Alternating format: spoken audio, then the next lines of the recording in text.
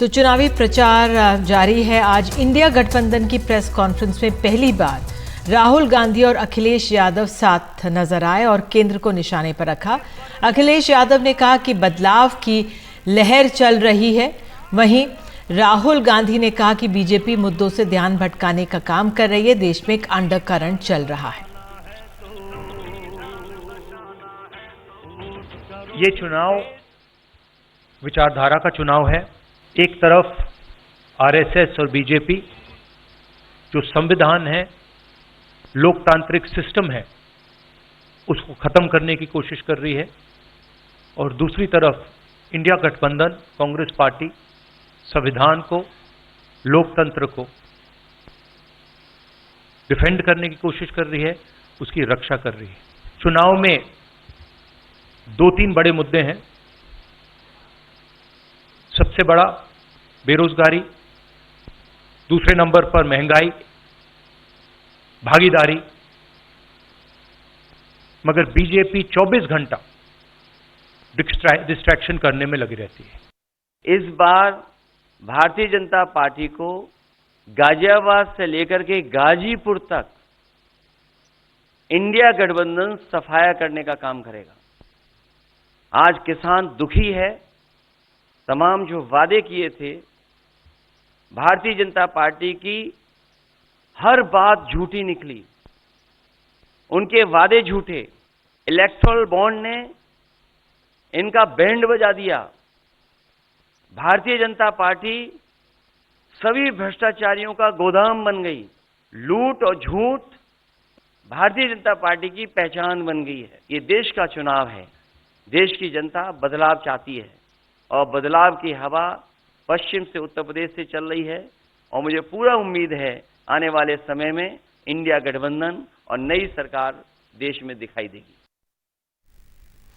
और रवीश रंजन शुक्ला हमारे सहयोगी हमारे साथ मौजूद हैं। रवीश, ये दोनों बड़े नेता हैं, इंडिया गठबंधन के साथ आए, लेकिन क्या बहुत देर से साथ आए? पहले चरण का मतदान अब परसों को 1-2 दिन में ही है। क्या ये आने में, साथ आने में, अगर ये साथ पहले आ जाते तो ज्यादा फायदा होता विपक्ष को?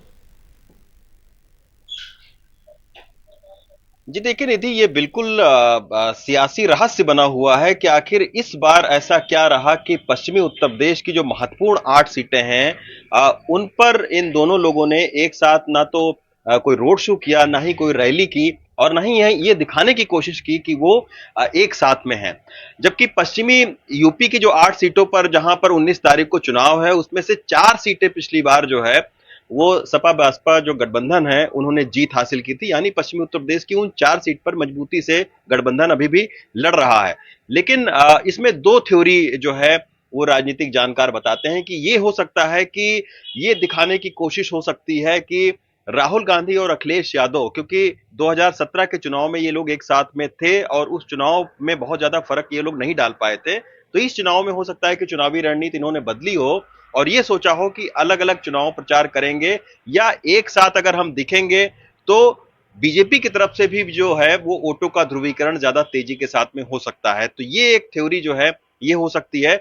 दूसरी बात, ये जो राजनीतिक जानकार हैं वो ये कह रहे हैं कि चूंकि पश्चिमी उत्तर प्रदेश में बीजेपी का आरएलडी के साथ में गठबंधन हो चुका है, और आरएलडी के साथ में गठबंधन होने से बीजेपी को जरूर जो है पश्चिमी उत्तर प्रदेश में एक तरीके से मजबूती मिली है।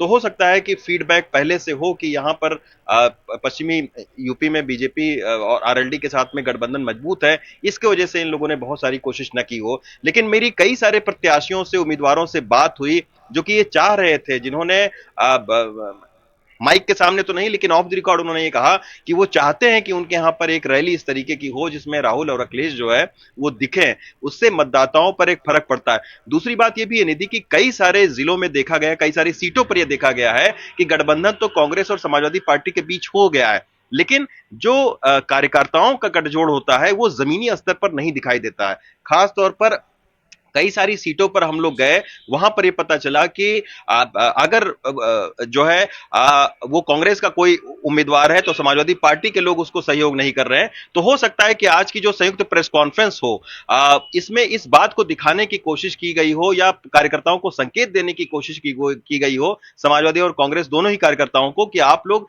जमीन पर एक दूसरे के साथ में मिलकर चुनाव लड़िए, आपके जो शीर्ष नेतृत्व है, नेता हैं, वो एक साथ है। तो ये हो सकता है कि एक सांकेतिक जो है प्रेस कॉन्फ्रेंस, क्योंकि प्रेस कॉन्फ्रेंस में निधि इस तरीके की कोई नई बात नहीं की गई है। लोकतंत्र बचाने की बात राहुल गांधी की ओर से कही गई है। अखिलेश यादव ने कहा कि गाजियाबाद से गाजीपुर तक उनकी हवा बह रही है और इस बार पीडीएम जो है वो एनडीए को हराएगा। तो ये बहुत बार लोग ये बोल चुके हैं, ये सारे नेता। तो ऐसी कोई नई बात नहीं की, लेकिन हाँ, इस प्रेस कॉन्फ्रेंस का ये जरूर संकेत जा सकता है कि जो कार्यकर्ता अभी तक बिखरे हुए थे कांग्रेस और समाजवादी पार्टी के, वो हो सकता है कि एक साथ में आ जाएं। लेकिन अब ये बस लग रहा है यही कि छूट चुकी है। इनको चुनाव प्रचार पहले से करना चाहिए, आक्रामक सियासी चुनाव प्रचार करना चाहिए, लेकिन अब ये लग रहा है कि इसमें कहीं ना कहीं इन दोनों लोगों से चूक हुई है। बिल्कुल, बहुत बहुत धन्यवाद जुड़ने के लिए रविश रंजन शुक्ला। और आपको ये बता दें कि आगे बढ़ लेते हैं। असम के मुख्यमंत्री हेमंत बिस्वा शर्मा ने शिवसागर में आज प्रचार किया। यहाँ पर उन्होंने कांग्रेस पर जमकर प्रहार किया है।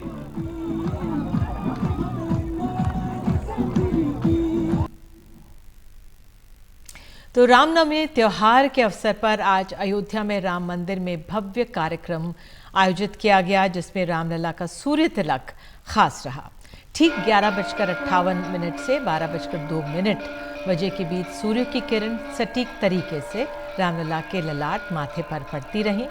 अयोध्या में खास तकनीक के जरिए सूर्य किरणों से राम लला का अभिषेक किया गया। रामलला की प्राण प्रतिष्ठा के बाद पहली बार रामनवमी थी, इसलिए जोरदार तैयारियां की गई। भगवान राम का सूर्य तिलक विज्ञान की तकनीक के जरिए किया गया।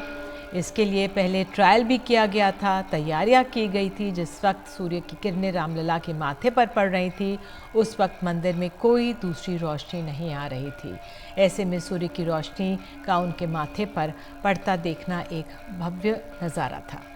करीब 4 मिनट तक रामलला के ललाट पर सूर्य किरणें पड़ी और जैसे सूर्य किरणों से उन्हें तिलक लगाया गया हो। बड़ी तादाद में भक्तों के अयोध्या पहुंचने का सिलसिला बना रहा। अयोध्या में कई तरह की व्यवस्थाएं की गई। करीब 15 लाख पैकेट विशेष प्रसाद बनाया गया।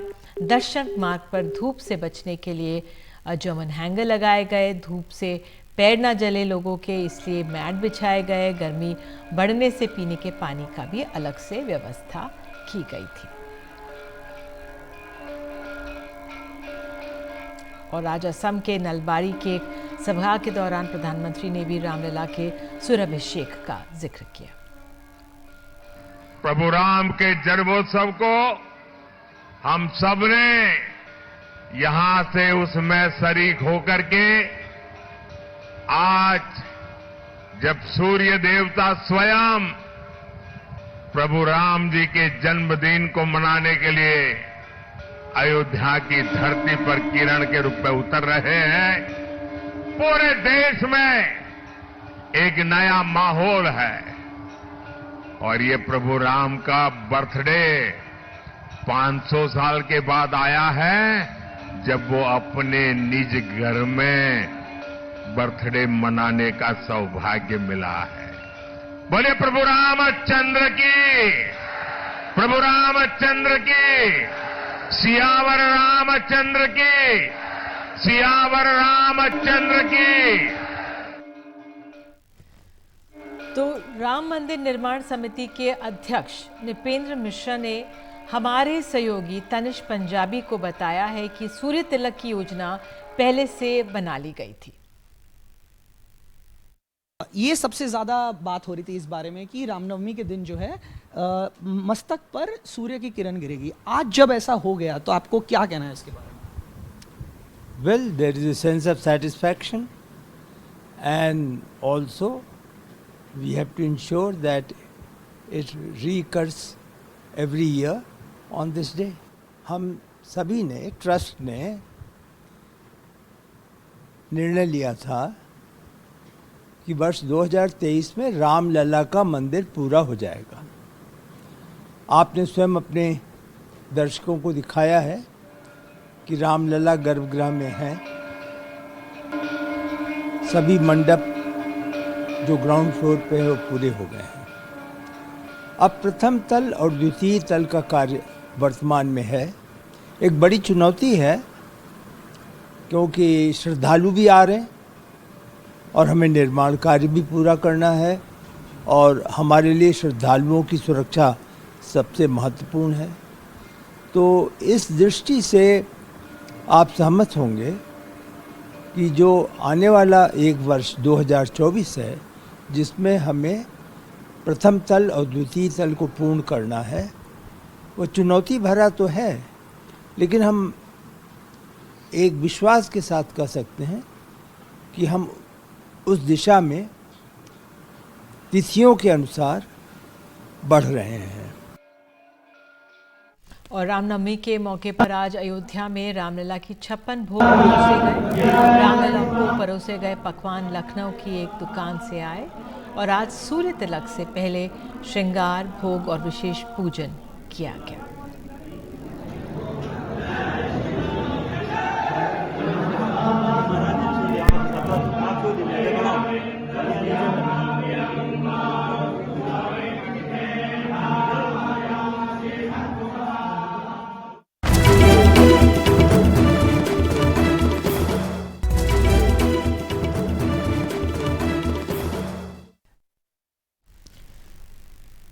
छत्तीसगढ़ के कांकेर में सुरक्षा बलों और नक्सलियों के बीच मुठभेड़ की कई कहानियां सामने आ रही हैं। इस मुठभेड़ में 29 नक्सली मार गिराए गए। इस मुठभेड़ में सुरक्षा बल के 3 जवान भी जख्मी हुए हैं। एनडीटीवी के पास इस ऑपरेशन की एक्सक्लूसिव तस्वीरें हैं। आप ये तस्वीरें लाइव देख सकते हैं। किस तरह से गोलियों की गूंज के बीच सुरक्षा बलों ने बहुत जाबाजी के साथ इस ऑपरेशन को अंजाम दिया। आपको बता दें कि गुप्त रूप से एक विशेष इनपुट के आधार पर कांकेर के बिनागुंडा इलाके के जंगलों में बीएसएफ और डिस्ट्रिक्ट रिजर्व गार्ड यानी डीआरजी का ये बड़ा ऑपरेशन था, जो बेहद कामयाब रहा।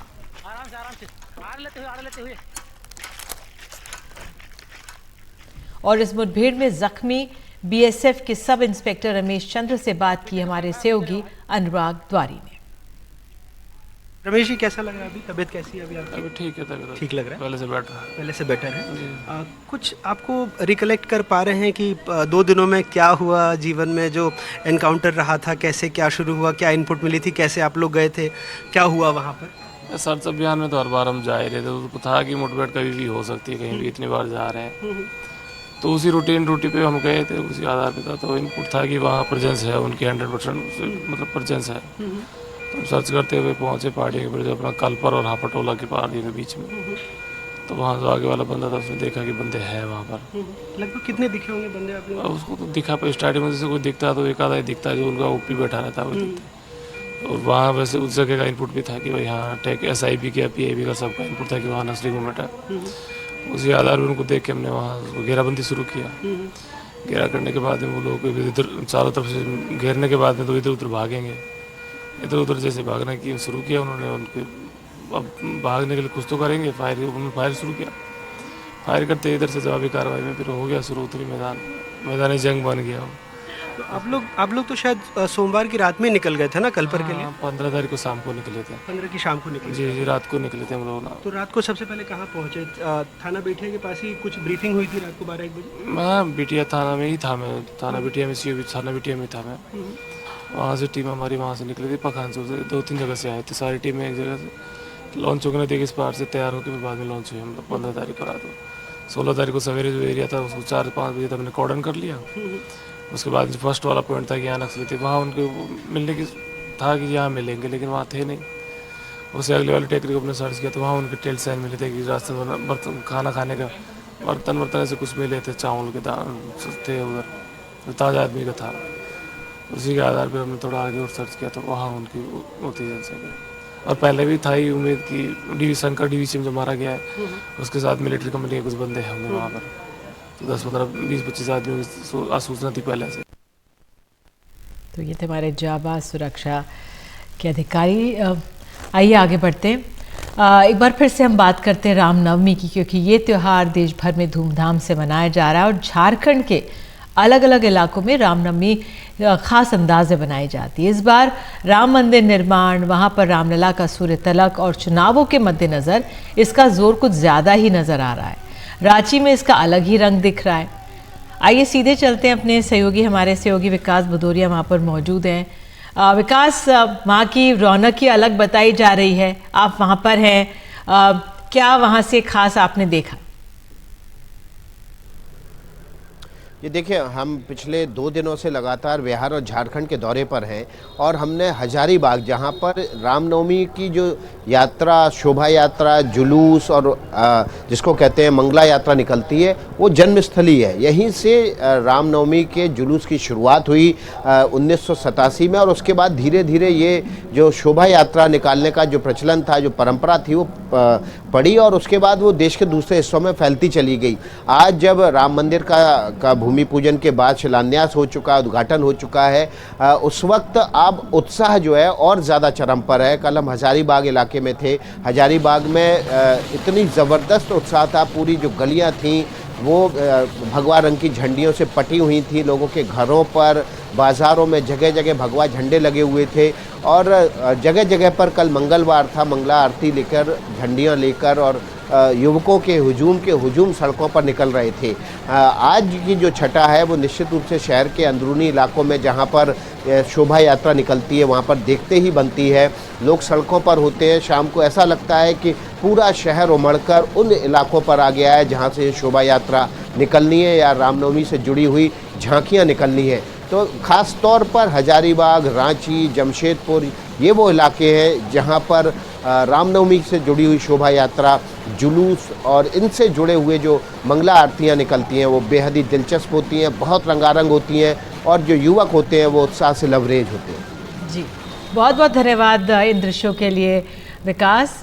जिस तरह से पूरी रौनक दिख रही है रामनवमी त्यौहार की जमशेदपुर में। एक छोटा सा ब्रेक लेते हैं, तुरंत लौटेंगे, बने रहिए एनडीटीवी इंडिया के साथ।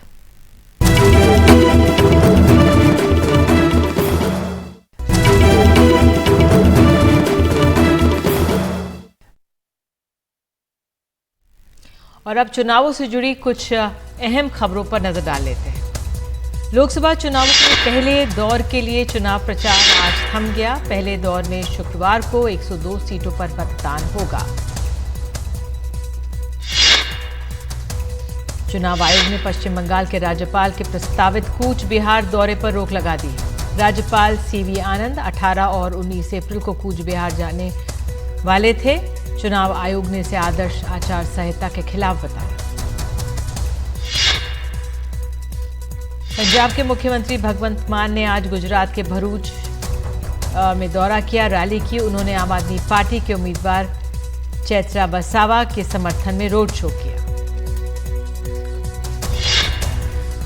गुजरात की 26 लोकसभा सीटों में से 2 भरूच और भावनगर पर आम आदमी पार्टी चुनाव लड़ रही है, जबकि उसकी सहयोगी कांग्रेस बाकी 24 सीटों पर चुनाव लड़ रही है।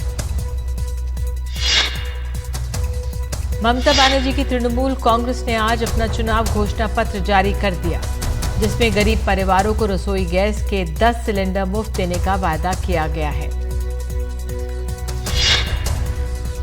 कर्नाटक बीजेपी के नेता जगदीश शेट्टार ने बेलगावी लोकसभा क्षेत्र से नामांकन दाखिल किया।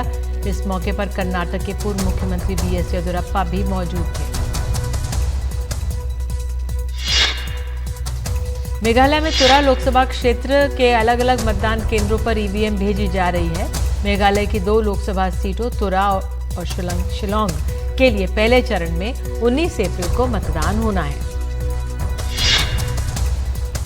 बिहार के औरंगाबाद में आज पुलिस ने आरजेडी उम्मीदवार के कार्यालय पर छापा मारकर 50,000 कैश बरामद किया। इस दौरान पुलिस को कार्यकर्ताओं के विरोध का सामना भी करना पड़ा। कांग्रेस नेता प्रियंका गांधी ने कहा है कि बीजेपी के नेता हर जगह जाकर ये क्यों कह रहे हैं कि वो संविधान बदलने वाले हैं। जब संविधान बदलेंगे तो आरक्षण का क्या होगा, सबके वोट के अधिकार का क्या होगा, इसका जवाब दें। प्रधानमंत्री नरेंद्र मोदी ने आज अगरतला में रैली की और इस मौके पर पश्चिम त्रिपुरा सीट से बीजेपी के उम्मीदवार बिप्लब कुमार देब ने प्रधानमंत्री को गदा भेंट किया। मध्य प्रदेश में 19 अप्रैल को पहले चरण के चुनाव की तैयारियां जोरों पर हैं और इस दौरान सिद्धि में सुरक्षा कर्मियों ने फ्लैग मार्च निकाला। केंद्रीय मंत्री अनुराग ठाकुर ने बुधवार को रामनवमी के मौके पर हिमाचल प्रदेश के चिंतापूर्णी मंदिर में पूजा अर्चना की। उन्होंने कहा कि बीजेपी सरकार ने देश के लोगों को धर्म के प्रति जागृत किया है। आज रामनवमी के अवसर पर आम आदमी पार्टी ने आपका राम राज्य वेबसाइट की शुरुआत की है। इस मौके पर संजय सिंह ने कहा है कि राम राज्य की कल्पना को जो भी देखना चाहते हैं वो इस वेबसाइट पर जाकर देखें। मंडी से बीजेपी की उम्मीदवार कंगना रनौत ने आज खजियार और डलहौजी में प्रचार किया। वो भरमौर में 1400 साल पुराने 84 मंदिर भी गए।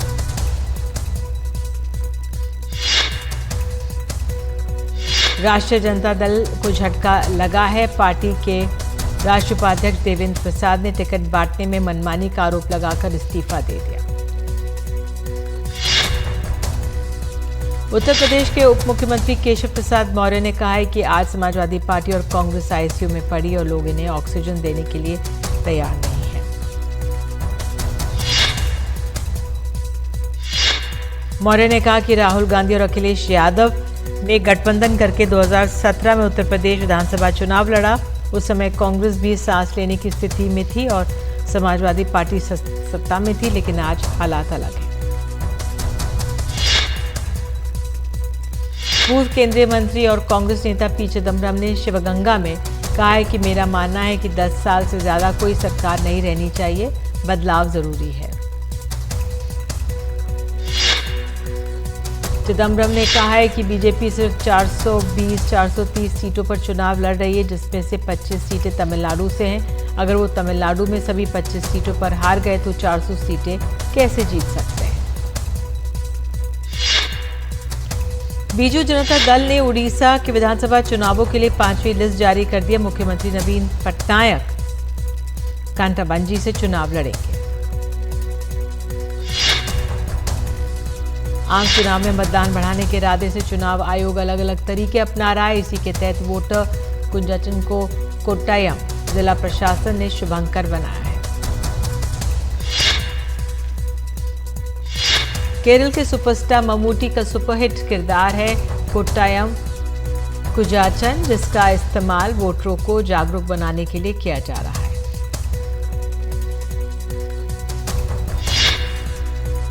पश्चिम बंगाल की मुख्यमंत्री ममता बनर्जी ने कहा है कि चुनाव जीतने के बाद वो अपने राज्य में एनआरसी और सीए को लागू नहीं होने देंगी। असम के सिलचर में एक सभा के दौरान उन्होंने लोगों के साथ लोक नृत्य भी किया। मेघालय के मुख्यमंत्री कॉनराड संगमा कल तुरा में लोगों के साथ थिरकने से खुद को नहीं रोक सके। तुरा से अगाथा संगमा एनपीपी के उम्मीदवार।